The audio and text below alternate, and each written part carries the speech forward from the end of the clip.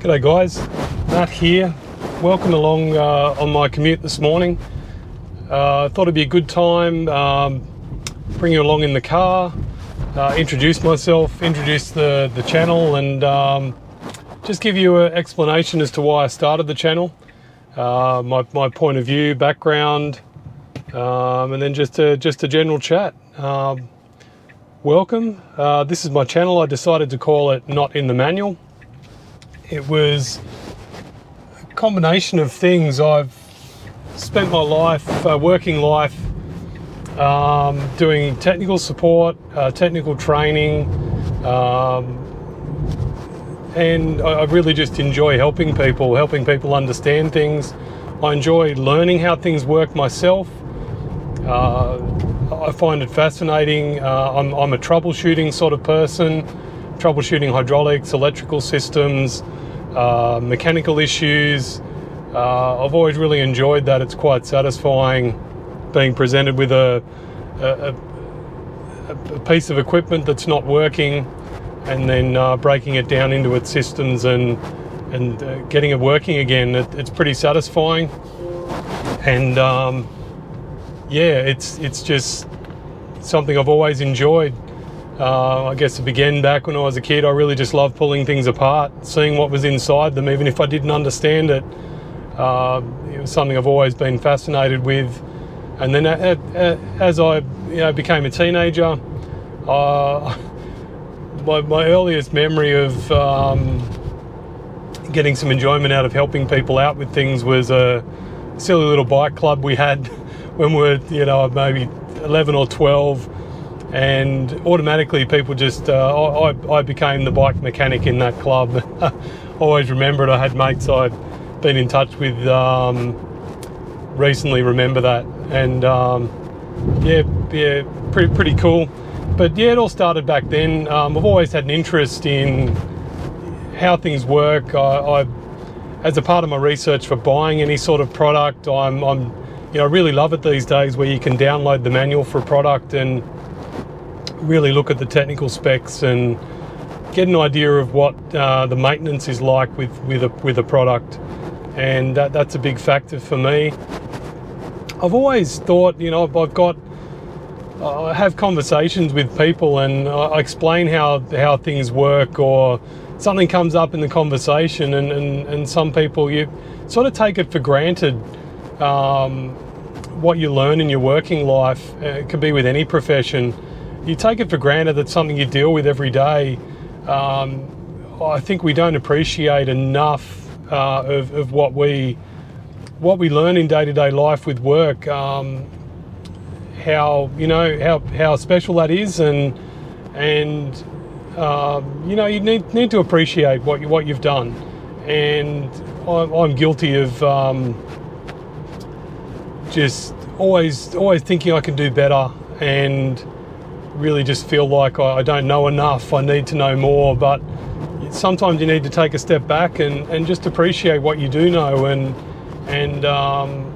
like other people do when you help them out. And often in their conversation things will come up and people say, oh, how do you know that? And I just take it for granted that I understand how cars work, and driveline systems and electronic controllers and electric motors and all these things. It's something I've always worked with and understand, and a lot of it isn't complicated. It's just a matter of getting experience, seeing these things pulled apart, and it all makes sense. Now, until you actually get in and see these things, it's a bit of a mystery. And I imagine, it's hard for me to imagine, but some people just jump in a car, drive, and really just don't understand how it works. For someone like myself, I can't own something and not understand how it works. I find that incredibly frustrating. So that applies to everything. I'm a mountain biker. I really enjoy fixing everything on the bike myself, tuning this, custom tuning suspension, building wheels. Actually, that's a video I'm working on at the moment, is building up a wheel for a mountain bike, because it's not that complicated. And I think if you have someone show you how to do it, you'd be surprised how easy it is, and you can save yourself a lot of time and money, and actually build yourself a better wheel than what you can buy. And it's pretty satisfying to be able to do that. And often, you know, things break on your bike at an inconvenient time. It's great to be able to sort of fix that pretty quickly and not rely on others to get it done. Bike shops these days usually end up sending your suspension out to someone else to do anyway, so you're not getting that convenience and local support. So yeah, years ago I really just wasn't getting support from local bike shops, so I decided I thought it can't be much more complicated than what I'm doing at work, so I gave it a go and was pretty surprised it's not that hard. So I really just want to show people just how easy it is to fix things yourself, and how simple some of these things are. So the one thing that really sort of spurred me on to make this channel was I made the decision last year to I wanted to upgrade my car, and decided it was probably time to look at buying an electric vehicle. So I really learned a lot in that process, and I thought there's a lot of myths, there's a lot of there's really, it's just more the myths, you know. It's been drummed into us that it's really difficult to own an electric vehicle, and just even through the research before I'd bought an EV, it was pretty clear that it wasn't going to be a difficult thing to own or transition to. And I really want to make a lot of content there that, you know, quashing a lot of the myths and things about electric vehicles. So a big part of my videos initially, a lot of the videos are going to be about the EV I decided to buy is this car. It's a Tesla Model 3. It's just the cheapest model. It's the rear-wheel drive. It was, I think it's called rear-wheel drive now. It was called the Standard Range Plus when I bought it. This is the 2021 model. I got it end of June last year. Bought it before the end of the financial year, and that sort of just worked out as good timing for me. This car has been fantastic. It's amazing, an amazing piece of technology, and for someone like myself that needs to understand how things work and understands electrical systems and electronics and mechanical driveline components and things, this car is so far ahead of everyone else. And I've always had to own a car that impresses me, and something that has something, you know, is at the front of the game. And I had a Volkswagen Tiguan before this, and at the time when I bought that had some pretty amazing features and technology, and I learned a lot about that car and just things from the DSG gearbox, and just how efficient the engine was, and how the driver assistance systems work. They're very similar to this car. Volkswagen are pretty advanced, and from what I've seen with the research, they're falling behind in the EV game. But Tesla at the moment, in the affordable, you got to remember, whenever I'm commenting, it's in the affordable EV range. So these cars, and the Tesla Model 3s are now sub 60 grand for the cheapest model.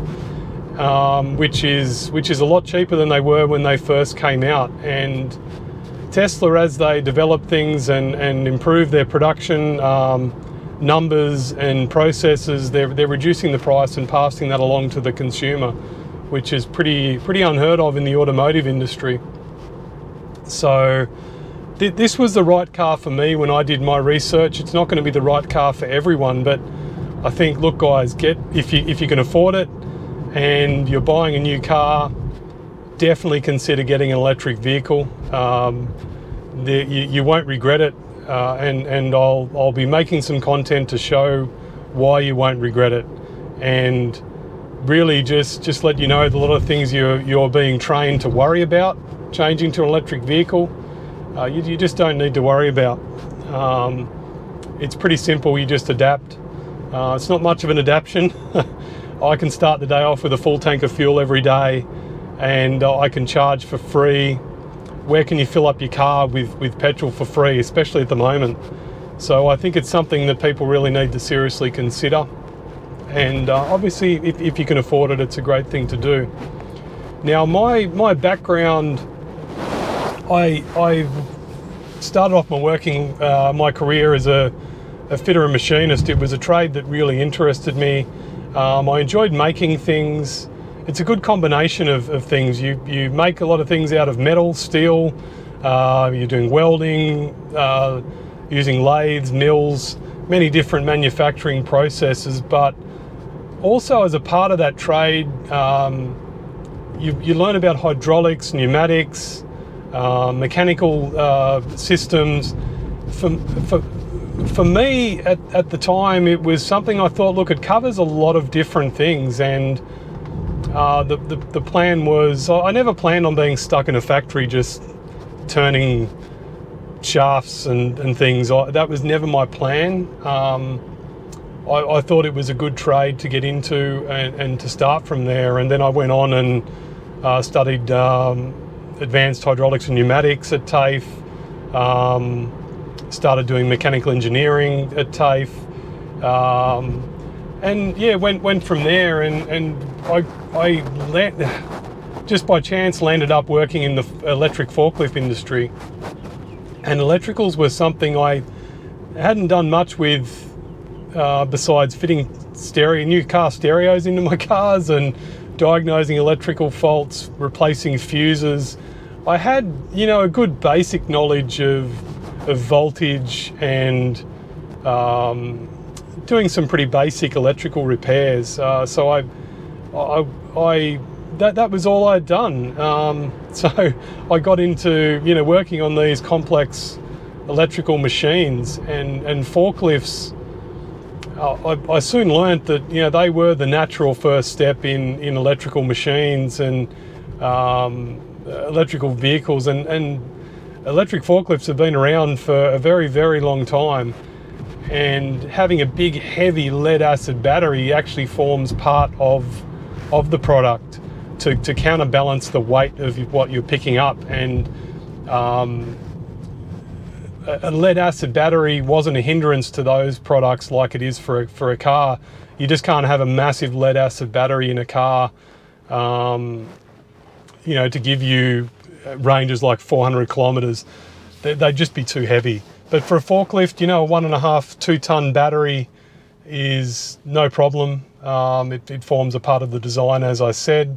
And for 24-hour operations, no problem either. These big lead acid batteries can be rolled in and rolled out quite easily out of the machines. And I learnt a lot working with those electric forklifts, and I thought one day, and just how nice they were to operate, how smooth, efficient, how much control you had over the design of the machine and the operation. One day I just knew cars were going to be like that, and I always wanted to have an electric car, and the opportunity came along and I jumped at it, and haven't looked back. But I just knew, working with electrics back then, that it was the way things were going to go. You're not relying on fossil fuels. It forces us to find cleaner ways to charge batteries, and really makes you think about things. It's just good all round. So I got to see the progression. I got to work on a lot of older electric forklifts, and got to see the progression of the older style machines, where you were using these big resistor coils in series, and with big electrical contactors and relays to control the speed of an electric motor. And I want to do a quick video as well, just on the different sorts of electric motors in cars currently, in electric vehicles. It's pretty interesting what they do, and once again, it's not going to be overly complicated. I'm more of a troubleshooter. I'm not an electrical engineer. I know enough to understand how these things work, and that's the most interesting part. Yeah, I really want to do some videos on that. I got to see the progression of electric motor controls. So right back in the beginning, the thyristor controls, we moved from those resistor controls to thyristor controls. then into MOSFETs, and yeah, it was a pretty interesting progression, and then, you know, into the full DC to AC inverters and motor controllers, and then to full brushless motors, and yeah, you really just saw the reliability improve dramatically. And what you're seeing in electric vehicles now, that technology has been around in electric forklifts for many, many years, and I want to explain the basics of that. And I've learned a lot, not only just in the research to buying an electric vehicle, but since owning this car. There are a couple of tools that I've been using to learn about how this car works. There's a lot of information on YouTube. I'm hoping to just bring a lot of that into my one channel, and you could then branch out and just research those topics a bit further if you like. There's one tool that will be one of the next videos I do, which will be, there's an app called ScanMyTesla, and it communicates with an adapter that fits to the OBD port in this car. Well, there's actually another adapter you need to fit as well, and I've learned a lot using that app. That taps into the CAN bus system in the car, and I'll give a brief explanation of how CAN bus systems work. And that probably sounds like gibberish to some of you guys, but it's how the electronics in the car talks to the different electronic controls talk to each other in the car, and it's been around for a very, very long time.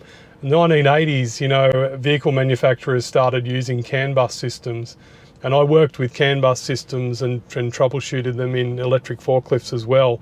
So it's a technology that's been around for, the basics of it is it's a language. It's a language of how the electronic components talk to each other, how they send messages, and it's pretty cool, and it's pretty simple once you break it down. And so I want to explain that. So this tool called ScanMyTesla interfaces with the car through the OBD port, so the onboard diagnostic port. There's a lot of acronyms with cars you don't need to learn, but a lot of that will even sound like a different language. So hopefully I can explain some of those things as well, and just give you an idea of how this car works. And a lot of electric vehicles, there's going to be very similar things. I want to talk about the batteries, and especially with this car, it's got the LFP battery, which is the lithium iron phosphate. So it's a different chemistry. It actually uses iron, which is an abundant mineral. It doesn't use nickel or cobalt, and I think there's ethical benefits to that. There's longevity benefits to the battery for that. So I want to talk about that in another video as well. And yeah, really just what you can learn from interfacing in the CAN bus and reading some of the CAN bus messages flying around this car. Pretty amazing how some of the things work in this car, and really a lot of it with this car revolves around simplifying the systems, reducing the number of components. And there's, you know, even that is fascinating, just how Tesla have reduced the number, you know, made it less complicated, and that actually makes the car more reliable, makes it cheaper. If you make an electric vehicle more efficient, it doesn't need to have as big a battery. So you're not, you know, there's not as many materials to be recycled at the end of the car's life. There's just so many things to consider with an electric vehicle when you're purchasing it, and I think it's really forcing the legacy car makers and also the new EV car makers around to really think about where the materials come from for these cars, and there is just so many different points of view with the whole EV car market that it is just very interesting. So I really want to make content that shares that with you, and it's been a very interesting journey, and I want to bring you guys along for that. So I'll have some information there, and I might just make content on random stuff as well. I mean, we've got a big workshop at work. We're buying new and different tools all the time. We've tried to get rid of all our air tools. So we've converted over to cordless battery operated tools, and that's just amazing. And it's, you know, having the electric vehicles has really forced us to think about where our power comes from at work. We fitted solar panels years ago, so I charge this car at work mostly off the solar panels. Probably 90% of my charging or energy that goes into running this car comes from the sun. And a lot of that energy, we've got more solar panels than we need at work, more than covers our energy needs during the day. So a lot of that energy was just going back onto the grid. We were getting paid very little money for it. So it's better off going back into the cars and going towards the running cost of the cars. And yeah, it's just the way of the future, and we're lucky enough to be able to do that. And yeah, guys, I just wanted to make this video today. I might do a couple of videos on this commute to work. I think if you're not from Australia, this is, you know, I'm coming to you from Sydney, Australia, and I'm doing a pretty typical commute for people. It's about a half an hour commute, 40-minute commute without heavy traffic. And it's a pretty typical commute for people. This car does it pretty easy. No problems there. I think I use about 3 or 4% charge on this commute. So I can easily sort of top that up at work during the day, or just, you know, top it up at night at home off the 10 amp point. I don't really need a fast charger. Only when I'm doing long trips. So just wanted to introduce you this morning, introduce myself, introduce the channel, and where my point of view is coming from. I want to keep my videos to a technical nature, explaining how things work. I've got a video actually on the autopilot system of the car, because I'm not really going to get into the technicalities of how that system works, because a lot of that I don't know, and but I can show you how that works. And I think it's a system, it's a driver assistance system that a lot of people probably are scared to use, and I just want to try and make a video to give people the confidence to use that system. I had a similar system in my previous car, in the Volkswagen, so I've got the benefit there. And part of it is learning to trust the car, but it is just an assistance package. It's not full self-driving. I don't have full self-driving in this car. So I wouldn't mind explaining how that works, explaining the settings. I've got a bit of experience with that sort of system, so hopefully that will help someone out. Even if you're looking at buying one of these cars, some of my videos will help you work out whether this is the right car for you or not. I'm not going to be one of those guys that says, yeah, Tesla's the only thing you should buy, because that's not the case. It's not going to be the right car for everyone. This is a small sedan. That's not going to be good for everyone. Tesla don't currently make a ute, so Tesla aren't an option if you want a ute. Not that there's many other options at the moment for an electric ute, but that's all going to change. So I really want to sort of help people understand what it's like to make the switch to an electric vehicle as well. So not always going to be technical, but that was my main goal with this channel, was to make it just explain how some things work. And if you're someone like me that reads the manual, is interested in how things function and why they were designed the way they were, then yeah, you'll get something out of it. So guys, I'm almost at work, so I'll need to finish up today. And thanks for coming along for the ride. Thanks for watching the video. If you like the content I've spoken about, like this video, subscribe to my channel, and yeah, thanks for watching.